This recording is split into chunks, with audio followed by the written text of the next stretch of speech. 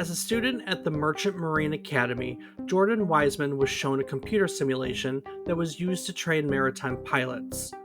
That simulation left him with the desire to create simulations for video games that people could enjoy together. And that's exactly what Jordan Wiseman did throughout his game development career that piggybacked off his success as the creator of the Battletech universe. Today we're going to tell you Jordan's story, starting with the creation of his company, the FASA Corporation, and following it through the creation of Battletech and his whole video game development career. Along the way, we'll learn all about the Battletech universe and touch on the history of the many video games that exist within it. So strap into your mech and get ready for battle as we take today's trip down memory card lane.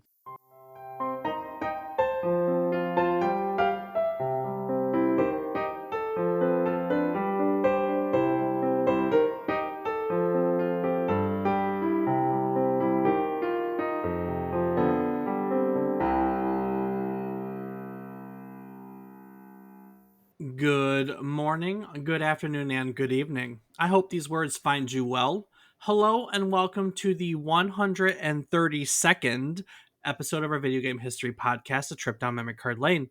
Each week, we'll tell you a story about one topic relevant to the current week in gaming history. It can be about a game, a console, a person, a technology, just something relevant to this week. While doing so, we hope to teach you something new about the topic, what it took from the world as its inspiration, or what it gave back to the world in its legacy.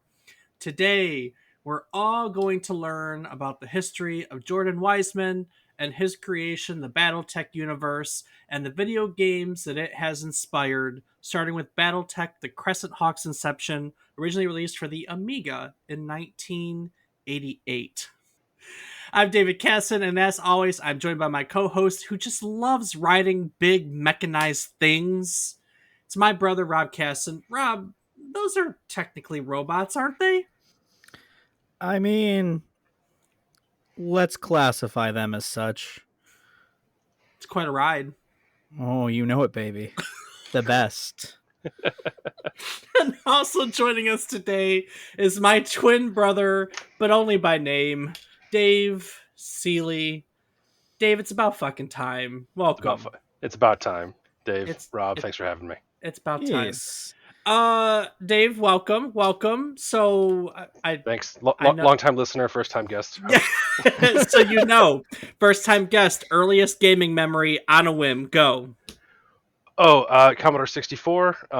Had it in the house growing up. That was our first home computer and first gaming system. Looking back on it, I remember playing. I want to say it was like Gradius or something. Also had a learning game with a wizard in a cave who would correct you if you were wrong, and he would say close but not quite.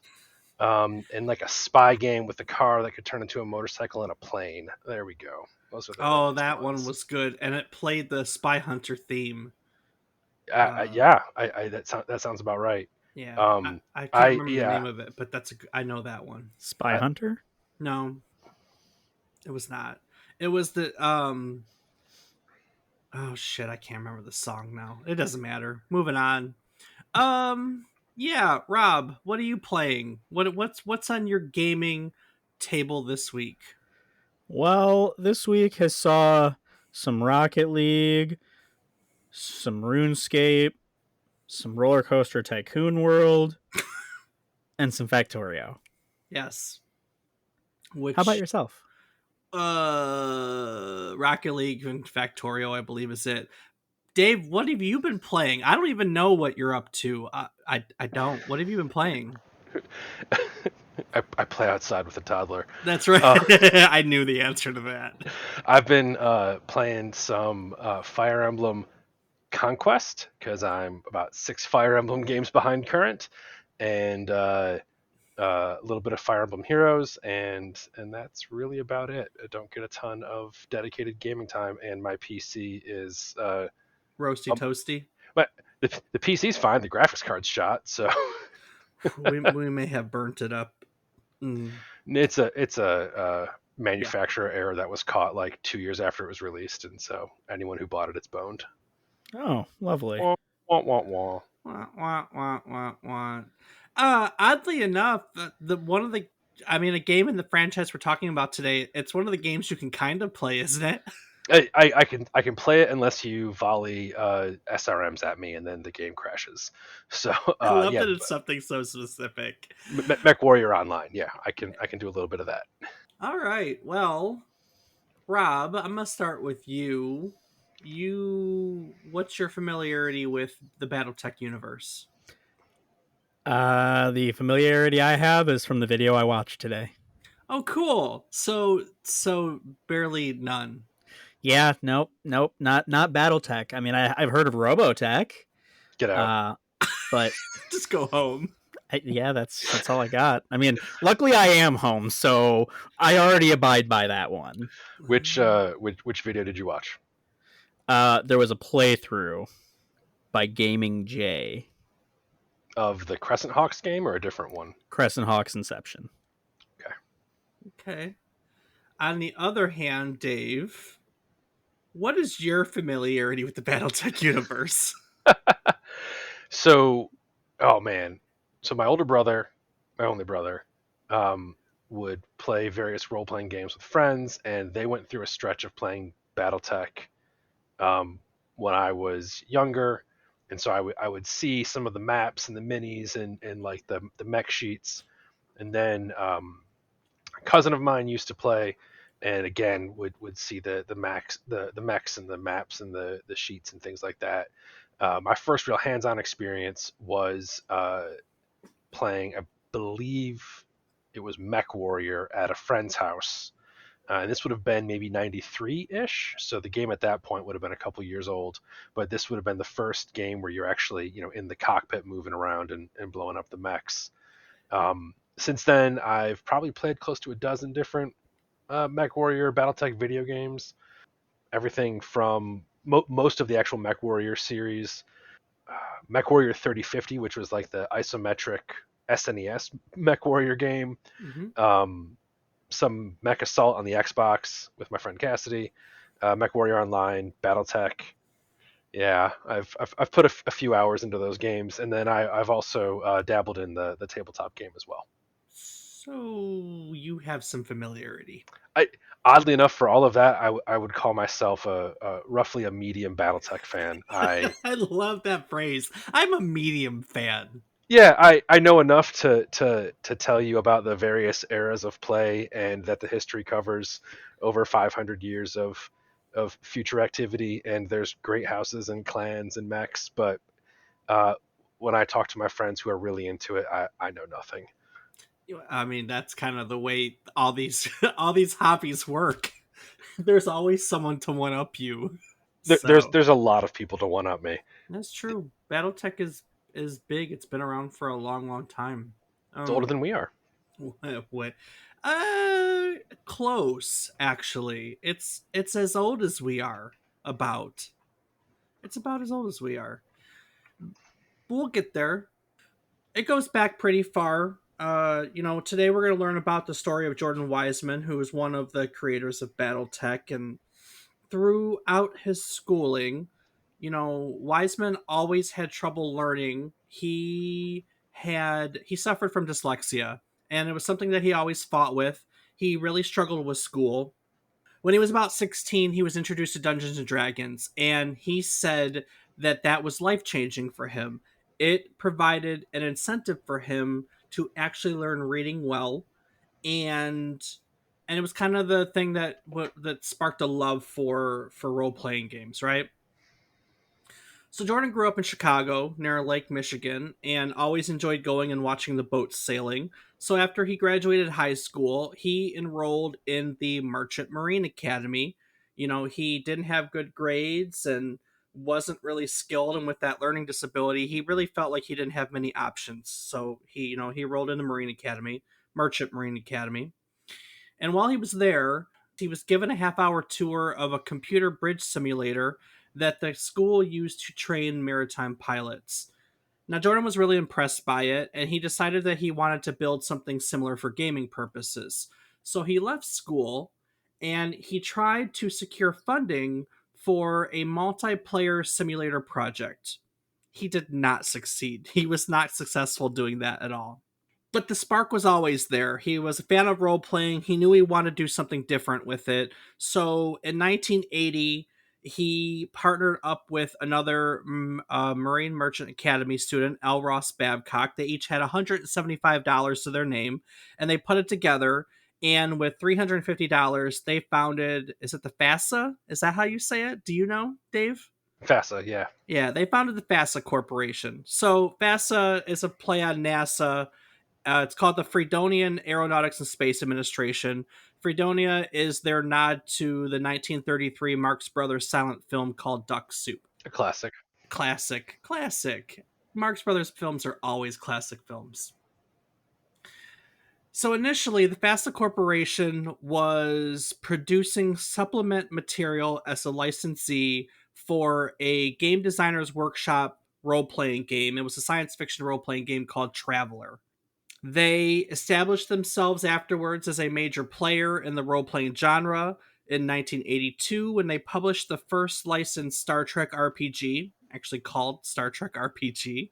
And that kind of got him going. That really got him going. So in 1983, Jordan Wiseman developed as part of the FASA Corporation, he published a board game named Combats. Dave, you ever heard of Combats before? I have not. So, as the game's back cover, took this right off the game's back cover, Combats are highly versatile, heavily armed, and extremely mobile robots. Their intricate electronic circuits have been programmed to achieve a single goal: total destruction of the enemy. Combat soldiers have become the mainstay of every modern army. Combat gladiators engage in single combat to the delight of millions in every star system. Now you can experience the thrill of controlling one of these massive machines. You can design and equip your combats with the best combination of equipment for speed, strength, and endurance. Then lead your combat armies into large-scale futuristic battles, or send your best design into the arena to defeat your opponent's champion in single combat. So that's 1983. They published Combats. FASA puts it out, and it doesn't do well. It's not received very well. It doesn't sell well. It's for most people barely a footnote in history. But what it did do for Wiseman and the FASA Corporation was they kind of learned what to do and what not to do. And they took what worked and they took what didn't work, and frankly, they moved on. So in 1984, the following year, they published a military science fiction board game called Battle Droids. Now, Battle Droids was a tabletop board game that consisted of giant robot combat. Do you go as far back as Battle Droids? I know that was the original name, and then they lost there. They had to change it for they lost the name reasons. Yeah, and this is where we get the basis for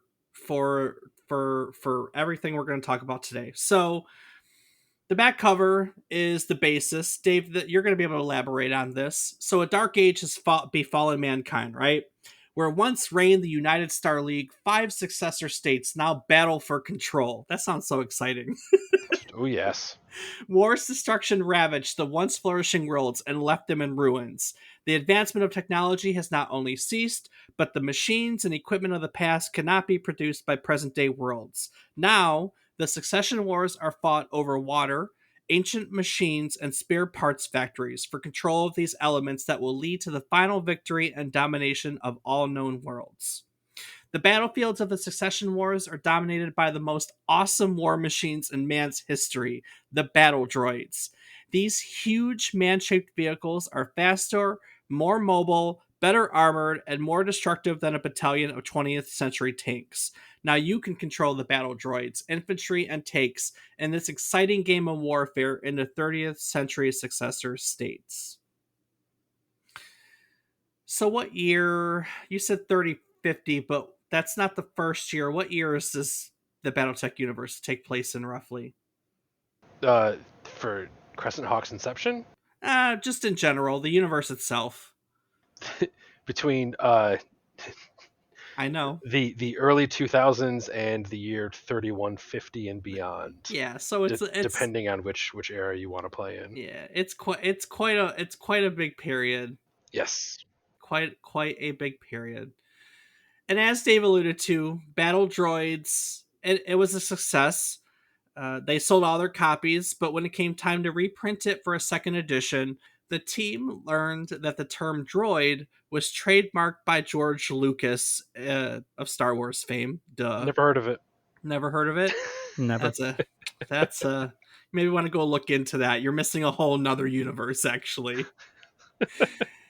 So that being said, the second printing of this game was renamed to BattleTech Second Edition. Battle Droids remained the first edition. And the back cover got a reprint too. The whole background remained the same. There's 5 successor states fighting the succession wars to dominate the world. But the rest of it kind of gets a little makeover. We learn about all that. And as it reads, 1. BattleTech, the study and implementation of battlefield technology. 2. Battle Mech, ranging in height from 7 to 15 meters, weighing 10 to 100 tons. They carry more firepower than a 20th century tank battalion. Mech Warrior 3, brave men and women who are 31st century knights piloting their mechs into battle, serving one of the 5 houses or in the employ of a mercenary company or bandit king. I like bandit king. These warriors are the most respected and feared individuals in the galaxy. Now you're a mech warrior and the time has come for you to go into the battle. And I love this last line on it. It reads, in the 30th century, life is cheap, but battle mechs aren't. Nice. It's true. It's very true. I love. And then after that, it reads BattleTech is the second edition of Battle Droids. So, but that's phenomenal. That's phenomenal. It's very 80s and it's very very That evocative. is so. You're so right. It's so 80s. Life is cheap, but battle mechs art. That is so 80s. Which I think sort of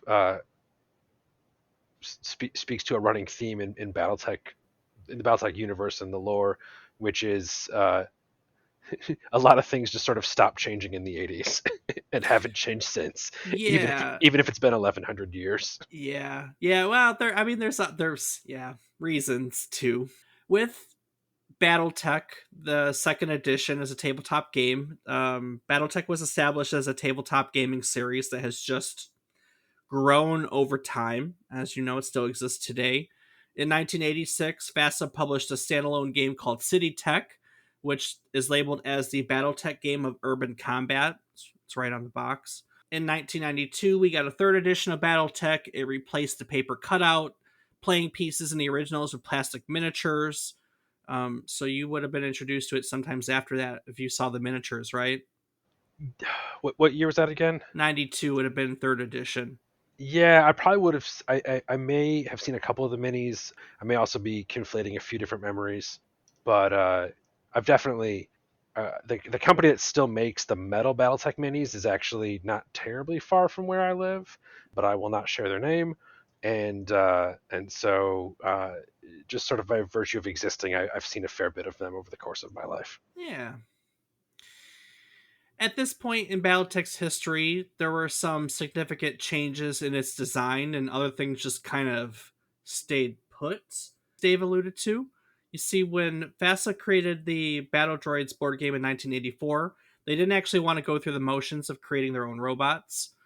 So they licensed a number of mecha designs from a company named 20th Century Imports. These were designs from various Japanese series, including the Super Dimensions, Fortress Macross, Fang of the Sun Dugram. I have never heard of that one. Have either of you? I've heard of it, but I couldn't tell you how to say it. You're asking me? Yeah. Well, you never know. You watch some of this weird stuff. I don't. No, that's you. And Crusher Joe. So mech designs from various Japanese series. But as I later found out after being served with a lawsuit, TCI, 20th Century Imports, probably didn't have the legal standing to, sell them the rights to these figures. So in 1996, FASA settled a lawsuit out of court, which included forfeiting the right to use all the images in question. But that was really a major problem, because up until that point, these were the designs of all of their mechs, everything. So they had to go through and change the graphics, the models, the rule books. Each of these mechs had their own history. So, how do you really go about changing at that point? What's that, 10 years of lore around all these mechs? And the answer is you really don't. I guess that was their solution. All of these mechs became known as the Unseen, which is a term I kept seeing. I had to look this up. It's really fascinating. They basically lost visual rights to them. So all these classical units exist within the BattleTech universe and lore by name only, but there's no visual representation of them. I mean, that got a little, that with the more closer to now stuff, it got a little more muddy. But I guess back in that period, Dave, like the 90s, there would have been Unseen because it was the fourth edition of BattleTech published in 96. They had to completely redesign the game with 24 new mechs that weren't part of the classic lore of the game. Does that make sense?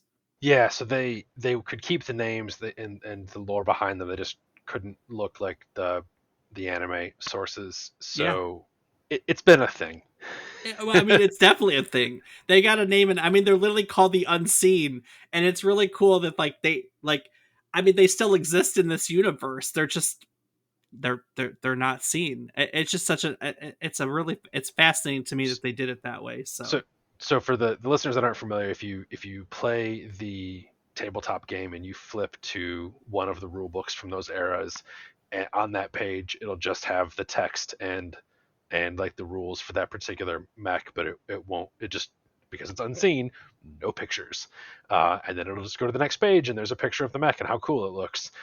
And I don't want to step on your toes, but it sort of gets changed a little bit in a couple different ways. it does, yeah, it does, it does. I don't really talk about that too much, to be honest with you, because the licensing all gets muddy as the history goes on.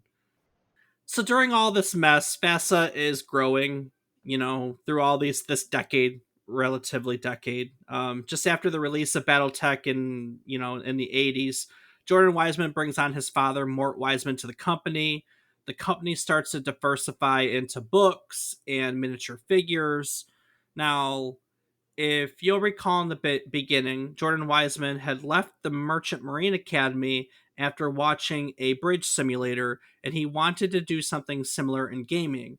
Now, that was a desire that never really left him through all of this.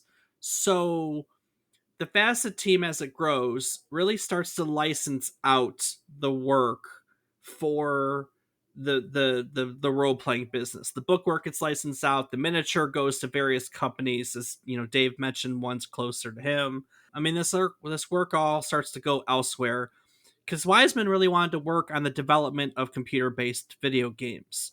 In particular, he and his father were very interested in virtual reality. So their first endeavor in gaming was in 1987, in which Jordan and his father Mort founded a company called Environmental Simulations Project, really a throwback to what he saw in the beginning, and this was later renamed to Virtual Worlds Entertainment. Now they worked with Incredible Technologies. Incredible Technology makes the Golden Tee arcade games. That's what they're best known for. They worked with Incredible Technologies to develop what are called BattleTech centers. They were very large entertainment venues where players could engage in multiplayer virtual combat, mech on mech. Now, the first one opened in Chicago in 1990, and it consisted of the centers all consisted of at least 16 networked pods. They were fully enclosed cockpits with multiple screens, joysticks, rudder pedals. They were basically mech simulations. And for all intents and purposes, they were the world's first immersive network location based virtual reality gaming centers. That's quite a mouthful, but that's technically what they were. Dave, did you ever get a chance to play at a BattleTech center? I have. What was your experience with it? I played at Gen Con, which is a gaming convention in Indianapolis, and for most of the years that I've attended, they've had a team brings the BattleTech pods, Right. and it's pretty wild. You got to buy an event ticket, wait in line, and then they'll have a synchronized drop. So it's something like a maybe a 12 to 16 player free for all, and when you're done, they've got a laptop that's printing out your score, and you get to put in your call sign. So as you're running around shooting people, you hear someone yell, who's that DK or whatever, and it just it doesn't shake, it doesn't twist and turn or anything like that to my memory, but it's just really neat to kind of be in like this enclosed area, just duking it out and firing your lasers. I mean, all virtual reality experiences are cool, in my opinion, at least, especially back then when there wasn't anything else. I mean, but was that Gen Con? I know they still travel. Was that more recently that you did that? That would have been 2019, if Gotcha. memory serves. I do not recall. So Gen Con 2020 was canceled. I Yep. don't think they made it for 21, and I don't recall if they were there for 22. The machines are expensive. Yeah. They run on old software. Yep. Obviously, they're big to move, and so I don't know. There's only two centers left Correct. that still have them operational, and it's definitely a labor of love. But I hope they make it back, because it's a good 30 minutes to uh, a good way to spend 30 minutes at least. Yeah, there were eventually 26 BattleTech centers all across the world. They migrated into Japan a few years later and just kept expanding. They were critical successes, meaning gamers loved them and critics loved them, but they were not commercially successful for reasons that Dave just mentioned. They're big and bulky and expensive. One by one, all the BattleTech centers across the globe closed, were sold off. And today, as he said, there are two public BattleTech centers left. One's in Minnesota at Twin Cities Arcade, and the other one is at a place in Houston, Texas. I can't remember the name of it. And then, of course, there are pods that travel with the gaming conventions. But many of the pods from the 26 ones around the world now exist in private collections with private hands, and they have formed a pod community where they still work to update the software and the equipment and make these things work and the community go on, which is very cool. So while Jordan and Mort and Virtual Worlds Entertainment are busy working with their virtual reality endeavor, Battletech as a universe expanded into video games. Of course, today we're here because of the very first one, the Battletech The Crescent Hawks Inception. In 1988, Westwood Associates, Westwood, of course, we learn about in our Command and Conquer episode, very famous for making Command and Conquer and Dune 2, the very first real time strategy game. They licensed the Battletech name and they created a turn based role playing game called Battletech The Crescent Hawks Inception. I didn't play this one. I don't have any familiarity with it. I'm not even going to pretend that I do. Rob, you said you watched a video of it today? Yeah, the video. I mean, I watched a partial playthrough, mostly everything that occurs within the training area in the first section of the game. So gave a little background into the sea bills, the currency in game, the different kind of mechs there were, the different you could train in small arms, and then that's the start of the story where you have the incursion. They come in and they start fucking shit up. Dave, you said that Mech Warrior was your introduction, right? Correct. Yeah, me too. We'll get to that in a second. I did play I would say about 30 minutes of Crescent Hawks Inception to prepare for this, and the game hasn't aged well. No. No, I imagine it hasn't. I mean, I watched the videos, but that's about it. No, it hasn't aged well, and what's really fascinating about all these games, and I didn't go into it too much, is they all kind of, I mean, the Battletech is thousands of that we talked about it. Big universe, lots of people, lots of mechs, lots of time. And they all kind of delve into like these different parts of the universe, don't they? Yeah. There's a couple popular eras. So a lot of the early games take place during the Succession Wars. The Mech Warrior series, if memory serves, comes towards the end of those, and then also touches on the clan invasion. And then they had a, you know, not only has BattleTech been video games and role playing games and the tabletop war game, it's also had a collectible card game and a collectible miniature game. Yep. And the collectible miniature game is the entire Dark Age era. So there's all sorts of, like, what do you want to experience? They've probably got something for you. But in general, the Succession Wars and the Clan Invasion are the two most popular eras. In 1990, Westwood followed up Crescent Hawk's inception with a sequel. It was titled BattleTech: The Crescent Hawk's Revenge. Unlike the first game, it was not another role playing game. They built a specific engine. It's more technically categorized as a real time tactic games, and it doesn't do much of note. But if you trace and look back, it's certainly agreed that you can start to see some of the design elements that Westwood would put into the real time strategy genre, because their next game was Dune 2, which is the first technical real time strategy game, which we also covered in a previous episode. And it's really easy to see the design inspirations from game to game to game. You know, we talked about here the Crescent Hawk's Revenge as leads to Dune 2. You know, when we did Dune 2, we talked about how it gave a lot to Command and Conquer. And of course, we talked in the Command and Conquer episode about all the things that Command and Conquer took from Dune 2. And so if you look at here at Westwood's history, you can see this clear kind of progression as they delved into this genre after, of course, I think their first big hit, if I remember correctly, was Eye of the Beholder. And then they started diving into all these role playing games. So yeah, so you had Crescent Hawk's Revenge, and that brings us to 1989, where a development studio called Dynamix created a game called Mech Warrior, which was the first video game offering players a chance to pilot a battle mech from the view of being a battle mech pilot, which is a mech warrior. That's technically what a mech warrior is. Dave, this is where you started.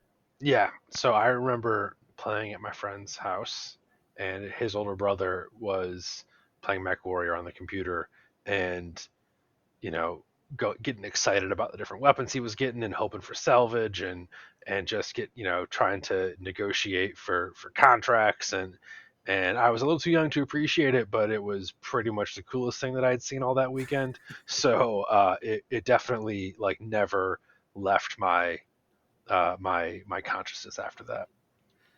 Now, that game was brought over to the SNES in 93, but they updated the graphics using the Mode 7 concept on the Super Nintendo, whereas the original PC one had flat shaded 3D graphics. And then you also talked about MechWarrior 3050 on the SNES, right? Yes. What do you remember about that one? I believe I rented that from our local video store. It was not a big name one. It was literally a one location video store. I would walk there, grab a movie or a video game on like a Friday night and kind of have a free weekend. And I shot and blew up stuff all weekend long. Nice. It's a great weekend in my book. That's I mean, phenomenal. so I'd hit up the liquor or the party store on the way back and get like a pizza and a 2 liter because of course you Yep. it's the 90s and you don't drink anything less than a 2 liter. Uh, and it's good times. I would have stopped at the party store to get a 2 liter of Fago and whatever candy, like lemon heads, I think were my thing at the time. They're still my thing. So at that point, after MechWarrior, the franchise was licensed to Activision, and Activision developed MechWarrior 2 in 1995. Now, MechWarrior 2 is my personal entry to the Battletech universe. This game came about in a period like that was the mid 90s. That's when 3D graphics were just, they were called 3D graphic accelerators at the time. They were really just exploding in popularity, and MechWarrior 2 was designed to take advantage of that. And I remember not getting it to always work because back then, like, you had to start games with weird DOS commands if your computer couldn't take care of it, like low graphics mode or stuff like that. We really had a computer at the time that did it, but I did get it to work. And I remember being so in awe of sitting in the cockpit of a giant robots blowing other giant robots up. And it stands out in my mind the same way some other games from that era that are simulators do, like we've talked about racing games and flight simulators. It stands out in my mind with those simulators, thinking like, this is what gaming could be like, sitting there and getting to simulate stuff that I would never get to do otherwise, and how cool and realistic. It's so funny that you think about this. I go back to 95, I'm like, oh my god, this is so realistic. But how freaking cool and realistic is this that I'm sitting in the cockpit of a mech, The, honestly. they've always done a really good job of communicating the scale of the game, Oh, and it's so great. to just make you feel sort of the power of towering over everybody else. So the infantry is tiny little ants, Yep. and it just, yeah, it's uh, definitely gets you in the mood pretty fast. And this is one of those ones where I remember that I wanted to actually like do simulation. Like I wanted to get joysticks and control things that way, and that was such a fledgling concept at the time. But this was just one of those games that just stuck out in my mind as like, this is what it could be, and it will be. And also too, like I think back to that time, and I would have never imagined where we are now back then, ever. I would have never imagined. I mean, now you could put a virtual reality headset on and get a similar experience, kind of, sort of, but you know what I mean. Yeah, Uh, no, it's we've come a long way, and yet uh, it's still yeah, it still holds up in a lot of respects. yeah, yep. So the series got another graphical boost in '99 when Zipper Interactive developed MechWarrior 3. But realistically, as all these games are coming out, as Activision, Zipper, everyone's doing their thing, Jordan Weisman still has that video game itch. In 1995, he founded FASA Interactive with his dad Mort because he still wants to be he's still interested in personally taking over the development and production of the MechWarrior franchise from the video game concept. And so they found FASA Interactive. FASA Corporation licenses the BattleTech name to FASA Interactive in exchange for stock in its company. That's the way they did it. And so the license at that point, some of the license is held by FASA Interactive, and they go to work on a new MechWarrior game. And this one becomes MechWarrior 4, which was released for PCs in November of 2000. Dave, you've said you played most of these iterations of it. Yeah, so the later MechWarrior games I would have only played very little of, either not having access to the game, or maybe not having a computer that could run it, or maybe just kind of being in college and not really Yeah, having time for it. for sure. But I did not play four. I'll jump ahead, and I have played five until the previously I mentioned broken graphics card stopped letting me play it. So Yeah, I mean, because MechWarrior 4 came out in November of 2000. A few years later, we were in college. That's where we met, playing yeah, Battlefield and, you know, blowing each other up on. that let's save that for another episode. The Battletech centers at this point, they're gaining popularity throughout this whole period, and the technology that goes into the Battletech centers as a whole is noticed by none other than Microsoft. And they want it. Or at least they want the talent that went into creating it. So in 1999, Microsoft purchases Virtual Worlds Entertainment, which is the company that was created to make the Battletech centers, and they purchase FASA Interactive. Virtual Worlds Entertainment is sold off to some of the developers that helped work on the project, while FASA Interactive becomes Microsoft's FASA studio. Now, at this point, the founders of FASA Corporation, Jordan Weisman and L. Ross Babcock, they become Microsoft employees. Jordan actually becomes, I didn't know this, I think this is cool, between 99 and 2002, he actually was the creative director of Microsoft Games. You'd think I would know that at this point, but I didn't ever put the two and two together, to be honest with you. So Microsoft buys Fastest Studio, and Jordan becomes the creative director of all Microsoft games from '99 to 2002. It's not too shabby. No, that's a pretty good career trajectory there. And during this period, video games in the BattleTech universe move on. Dave, you have familiarity with one of the next ones. Xbox gets Mech Assault in 2002. What do you remember about Mech Assault? I remember playing Mech Assault at my friend's house. So I'm let's say 75% confident that it was Mech Assault and not Mech Assault 2, but I believe it had a multiplayer mode in which you could get out of your mech. Nah, don't quote me on that. But we would just run around and blow each other up and generally just kind of be shitheads and have a good time.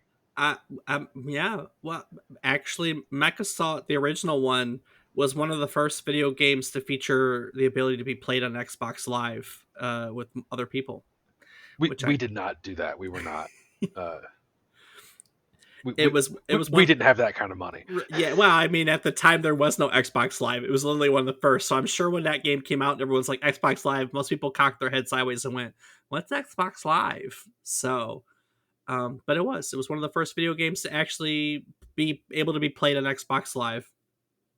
They released a sequel to it, 2004, called Mech Assault 2: Lone Wolf. And after that, admittedly, Microsoft pretty much abandoned the BattleTech license. Um, they made a couple expansions for MechWarrior 4, and they started work on a fifth game in the series. Not Jordan, but a team at Microsoft started work on a fifth game in the series, but that was canceled by Microsoft due to no interest on their part, and they felt from others. But Jordan stayed busy all these years during his time at Microsoft. Actually, while working at Microsoft, he and his team, one of the units that worked with him, actually developed the alternative reality gaming genre, the AR genre. The first game ever in the AR genre that they created was called The Beast, and it was created to help promote Steven Spielberg's film AI. As I said, he was creative director till 2002. In 2003, he left and founded 42 Entertainment, which was a design company specifically devoted to alternative reality games. And what they're most famous for is an alternative reality game called I Love Bees. Either one of you remember I Love Bees? I love bees or I, Isle of bees. I love bees. Beads. Bees. Nope, like honeybees. I love bees. Have never heard of it. No, Rob, do you remember that at all? It's like my favorite game, man. Oh, please. Fanboy. Please. Yeah, I can't say that I remember I Love Bees. My God. That was such it was okay. So I Love Bees was an AR, an alternative reality game that was designed to promote Halo 2. And it was like I remember it because it was such a thing. Like it's alternative reality are games that like you find weird stuff on websites and you click through it to find more information. You just go down this weird rabbit hole of websites and journal entries and stuff like this to find out what's at the end of everything. And that I Love Bees is one of the first things I remember being in AR, and it was one of those things where everyone was so confused about what it was. And then when like the reveal came that it was oh shit, we're announcing Halo 2, it was like the coolest thing ever. I definitely remember I Love Bees. um and it also has such a name that stands out and has nothing to do with Halo 2. Like the name doesn't. The concept does in the end, but that's where it started, like a honeycomb thing. So there you go. Little side fun fact. That's wild. I know. So in 2007, Microsoft dissolved Fastest Studio after having it let sit for all these years, and all of the FASA rights were licensed back to Wiseman, who then founded a company called Smith and Tinker with the hopes of making a new MechWarrior game. And he partnered with a longtime fan of the series, a guy named Ross Bullock from Piranha Games, and they collectively got to work on a game called MechWarrior 3015. So they made a prototype, began to pitch it around to various publishers in hope of securing a publishing contract. They made a trailer and put it out in the world, and it was a mess. Dave, do you remember the trailer for 3015 at all? Actually, I don't. Yeah, it was, so everyone got excited, and then, you know, it was discovered that they actually used an unseen model in the freaking trailer. So the company that owned the license at the time, I can't remember their name, to be honest with you, actually like filed against them, was like, you can't do this. Was it Harmony Gold? It was, thank you. Yeah, it was Harmony Gold. I appreciate that. I had the H stuck in my head, but I couldn't remember what it was. Yeah, so Harmony Gold said, we have the rights to these mechs, and so you can't use it. So between that and they had this prototype for a license that didn't do well in the past, and they wanted to make this big huge game, they couldn't find anybody that would take up the helm. There was some other things, like when they licensed the IP or bought it, or however you want to put it, back from Microsoft, there was a stipulation that said they can only publish these games on Xbox and PC. So that meant no Sony platforms. So a lot of publishers didn't like the fact that eliminated a whole system that they couldn't port to. And of course, 2008 was the financial bubble collapsing on us, and that just strained everyone. So they couldn't find anyone that wanted to put money into this game. So at that point, Smith and Tinker decides to part ways with Piranha Games, and they went to work on another project. It was a game called Nanovore, which failed. It was like an online role-playing game designed for kids. It didn't do anything, so Smith and Tinker closed afterwards. But what Piranha Games gained from this whole mess was they now had contacts at Microsoft. Particularly, they got cozy with the contacts that helped sell the BattleTech license to Smith and Tinker.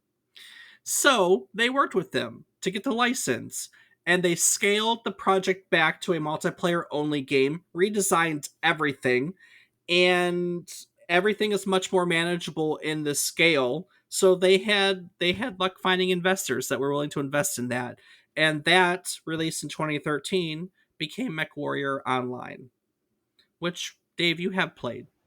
I've put a few hours into that game. It is with if you're able to drop with some friends, it's a lot of fun. I have to give the developers credit. They listen to the fan base, and you said it came out in 2013, so 10 Yep. years on, and it's still being developed and improved. New maps and new content and all that fun stuff. It feels like a Mech Warrior game, um, but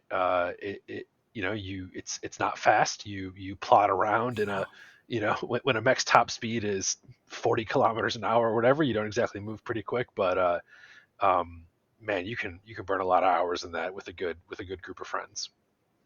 That's good. I'm glad to know that they're still supporting it. That concept never really went away. They may have Piranha Games, MechWarrior Online they created, but Jordan Wiseman was also still at it. Smith and Tinker failed. In 2011, he founded yet another video game development studio. This one was called Harebrained Schemes.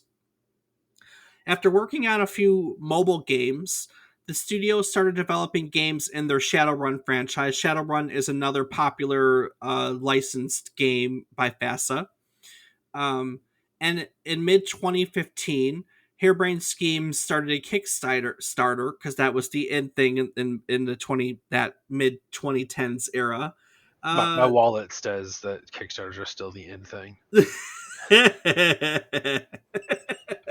I don't pay attention to him at all anymore, to be honest with you. God bless you. Yeah, I know. I tried. So in the mid 2015, Harebrained Schemes started a Kickstarter for a new title in the BattleTech franchise. Now, they had already secured about $1 million in funding for a new BattleTech game, but they felt that they would secure more with the support of the community. The Kickstarter's initial goal was $250,000. They reached that in an hour and just blew through their entire goal. Many of the people who are now working for Harebrained Schemes, that development team, had, in all honesty, been with Jordan Wiseman from the very beginning. A lot of them worked on FASA Interactive's first title, Mech Commander. And for this addition to the BattleTech franchise, they made a conscious decision to create a slower turn-based strategy game. And also, in order to create continuity in the universe at that point, they partnered with Piranha Games, and they brought over the art from MechWarrior Online, and they brought Piranha Games in to help with the game. And in April 2018, we finally got a BattleTech video game named BattleTech. It only took. It's true. It took forever to get an actual game named BattleTech. It's a Um, good game. I was going to ask, you play this one? I have, yeah, I haven't beaten it yet, but it is very faithful to the tabletop game. Although you don't roll dice, but like the odds, the sort of the mechanics, the game mechanics that are going on behind the scenes are fairly faithful to the tabletop game, and it is immersive. It kind of takes place in the periphery, which is um, sort of outside of the major political powers of the BattleTech universe, and so it is sort of canon and not canon, and they kind of have some leeway to sort of do whatever they want without stepping on anybody's toes and upsetting any of the fans who would, that's not what really happened in 3075 or whatever it is. And it you capture mechs and change them however you want, upgrade them, and they have neat little cuts. Not I don't say cut scenes, but like as you're traveling through space, you'll get a prompt, and it's like Rob says Dave was making fun of him in the mess hall. What are you going to do about it? And then you'll have to say how you as the captain will resolve the issue, and then maybe there's going to be a morale problem. Maybe somebody leaves your party and you lose a pilot. So it's a fun game. I'd say the only sort of drawback it has is you can't save or pause in the middle of a fight. So if you have to run away to like do a real life thing in the middle of a battle, you either have to leave your computer running or just lose your progress and start over. So that can be a little bit rough, and that's kind of what's prevented me from making a ton of progress in it. But uh, it's hard to get tired of blowing up giant robots with other giant robots. Yeah, it really is. That's a good segue to the most recent MechWarrior game, which is MechWarrior 5 Mercenaries. Also developed by Piranha Games, the guys that made MechWarrior Online. Again, consistency in the art, consistency in the universe. If you haven't played it, it's a Game Pass game, Rob. Wink, wink.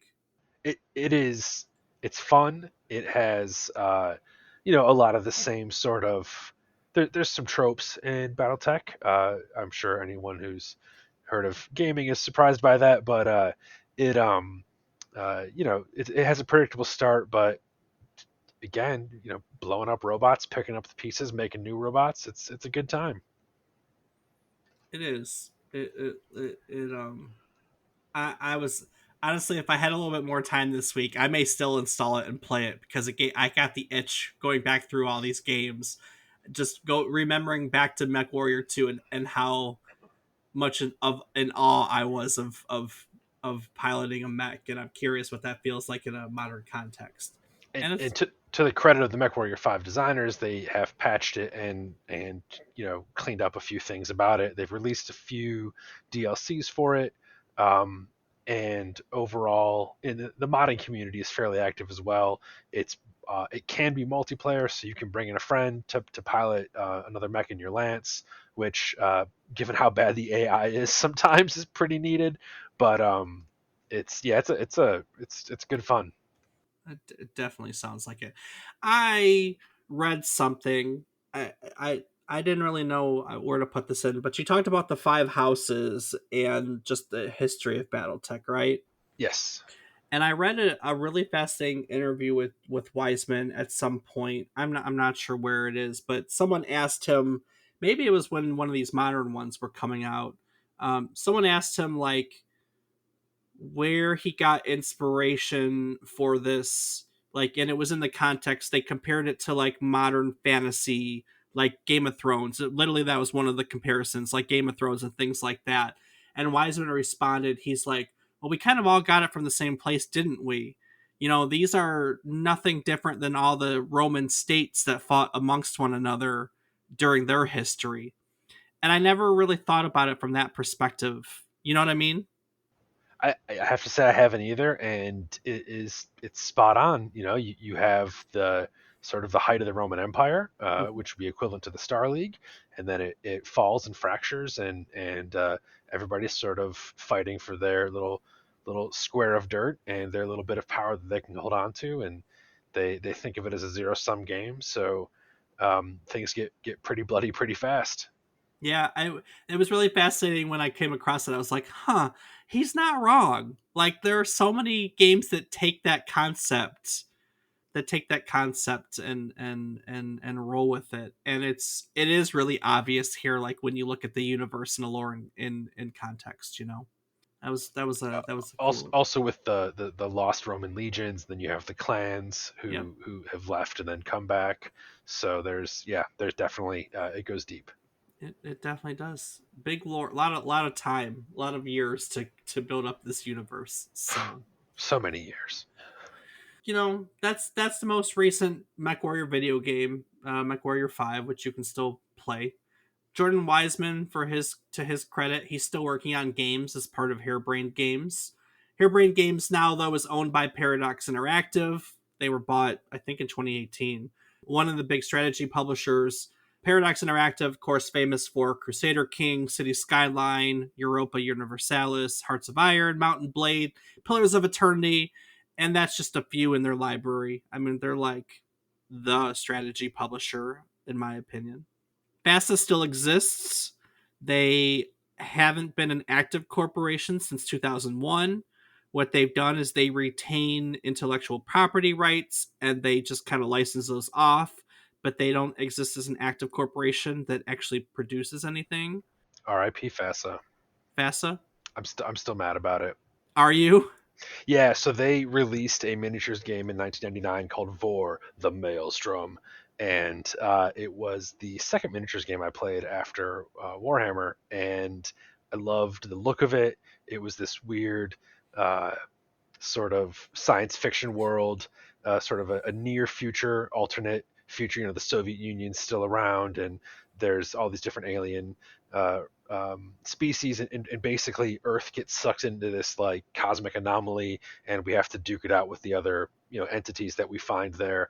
The really neat part about it was that it was the first game, to my knowledge, that had rules to play with whatever you wanted to play with. So if you wanted to use your minis from another game, it had rules to give them stats in Vor, and then you could play with your friends. And it had a lot of mechanics that at the time I think were pretty new and sort of uh, gave people the little weirdsies. Because they were kind of used to I go you go back and forth with miniature games, and this had alternating activations and other things. But since 1999, a lot of those things have become much more popular in the tabletop gaming arena. To draw this back, FASA goes under and Vor dies as a result. One guy owns like the rules and the lore, and someone else owns the art, and we never see it again. Yeah. The company that I had mentioned, or that I had alluded to previously, still makes and sells the minis for it, and so I'll never buy them for reasons. But I do own all of the books, all the rule books that ever came out for the game, because they're pretty awesome. They had like I'm going to nerd out for a second. They had a whole list of like random happenings that could happen in your scenario. So you and I would be playing. You got your army, you got my army. We'd roll on the table, and maybe like an alien monster appears, and so we thought we were going to play one scenario, and now we have to fight this monster. There's actually a result on the table that your game could end due to a nuclear missile strike. I'm sorry, a missile strike? A nuclear missile strike, not just a regular missile strike, a nuclear missile strike. Just immediate end game. Yeah, so like you would at a after, let's just say like turn 5 or whatever, you roll on this chart to see what happens, and it would say, oh well, the game ends, you all die. I don't know if I like that very much. I mean, you laugh about it and then you roll again and keep playing is what you do. Yeah, true So enough. Yeah. Speaking of, since we're on the miniatures topic, I don't know why I didn't think to bring this up because I could get you going here. oh Uh, boy. One of the endeavors, well, so we're talking about FASA and FASA not existing, and this I'm kind of segueing into what happened with the BattleTech license.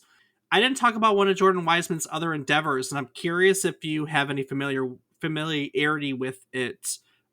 Because I think it was '97, he started WizKids, the company, Yep. and they made Clicks. Were they called? They made HeroClix. I believe they made Mage Knight.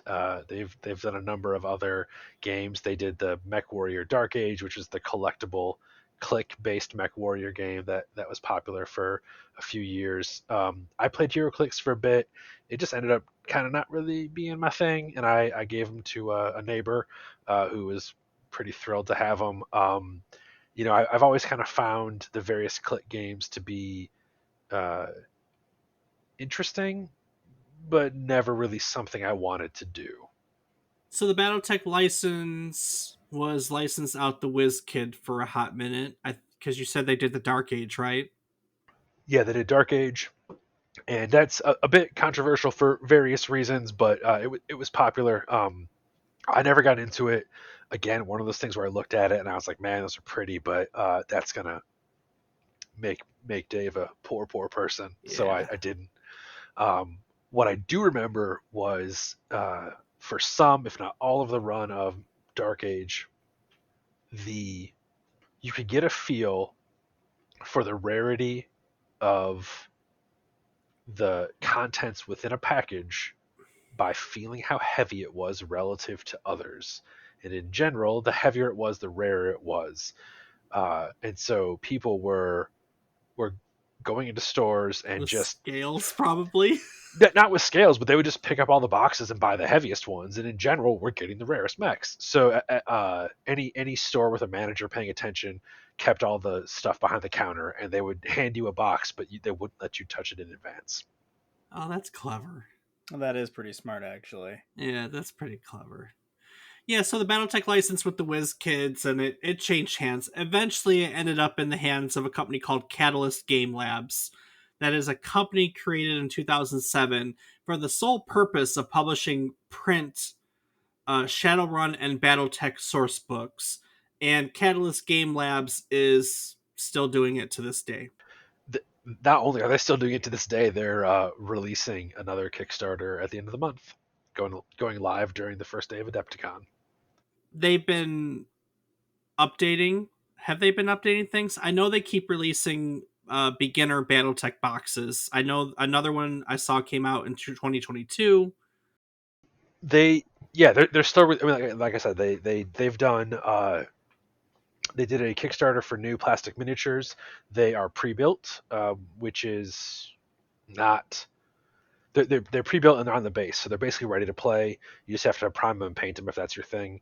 Um, a lot of that's not really. It's becoming more common, but that's not traditional for tabletop war games. Um, they did their first Kickstarter was for sort of the great houses of the inner sphere, and then their second one was for the clans, and their third one that's coming out later this month is for the like mercenaries and things like that. Um, but one of the things that I've always kind of admired about the BattleTech community in general, and Catalyst Games continues this, is they're pretty laissez-faire about just play the game. Don't worry about where you get your minis from. So there's a whole cottage industry of people who 3D sculpt their own mechs or their own variations on mechs and 3D print them and sell them. So you can hop on Etsy or any number of places and buy not just a Warhammer, but the mech Warhammer, but you can also get like the specific one with the loadout that you like. I hadn't even thought about that. 3D printing revolutionized miniatures. Is it revolutionizing miniatures? Yeah, um, it is.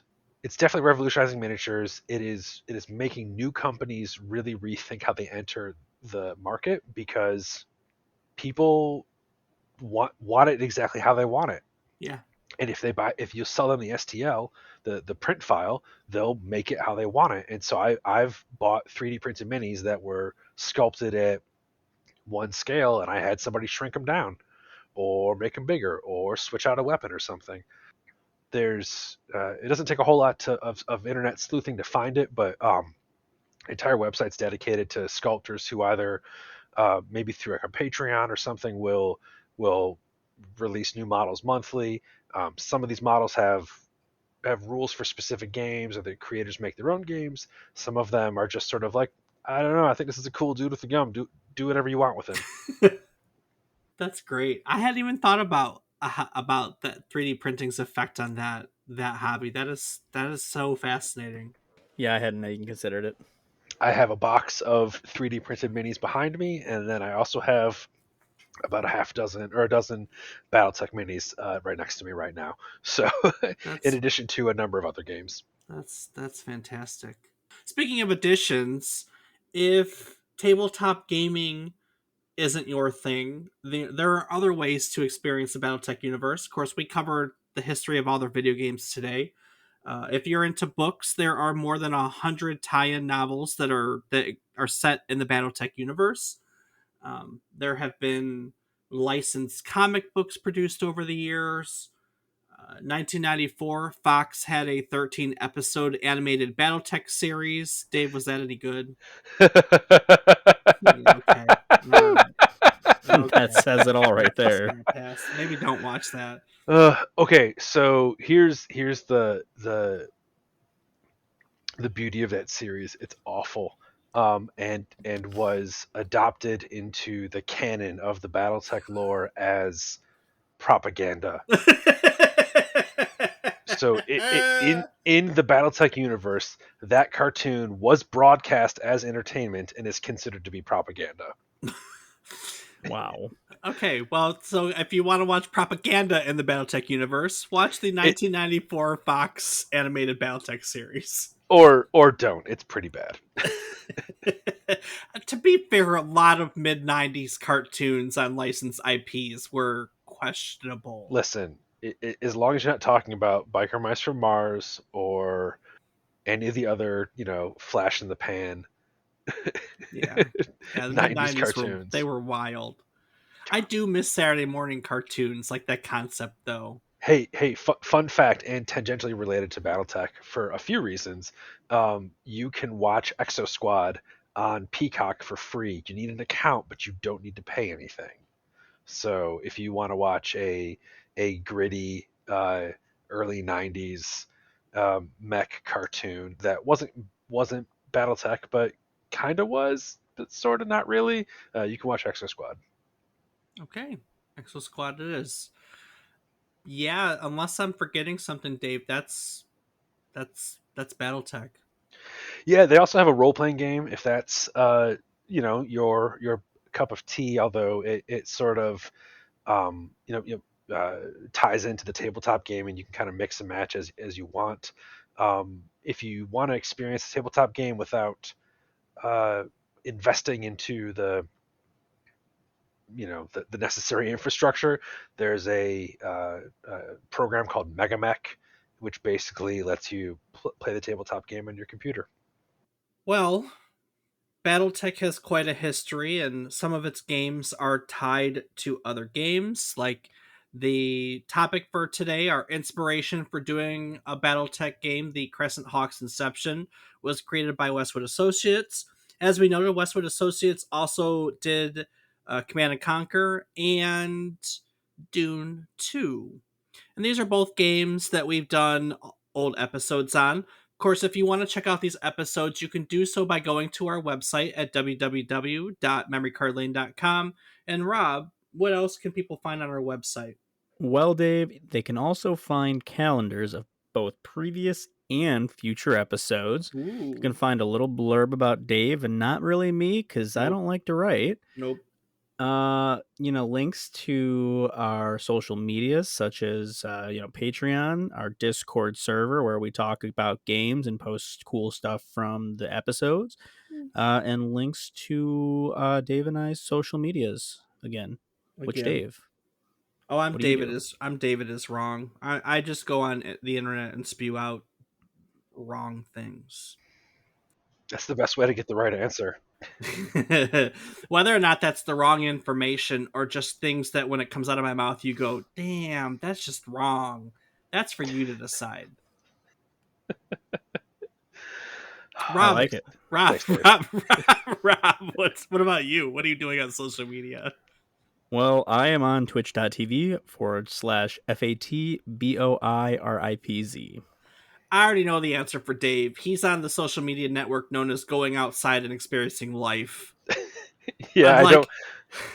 I no yeah, significantly public facing social media for me. But if you have a hot take or beef with my characterization of something I said today, you can find me on the Discord. Memory Card Lane Discord channel. You can. You were one of the first of our friends to join. Well, thank So, you. and you typically are one of the few ones that like speak up and tell me things. Like So, Yeah, how although wrong you are. sometimes I'll just text you that you're wrong. But that's yeah, it. Well, you do that. You do that a lot. if you would stop being wrong, I'd stop doing it.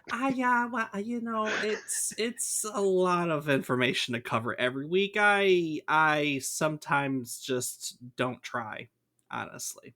So yeah.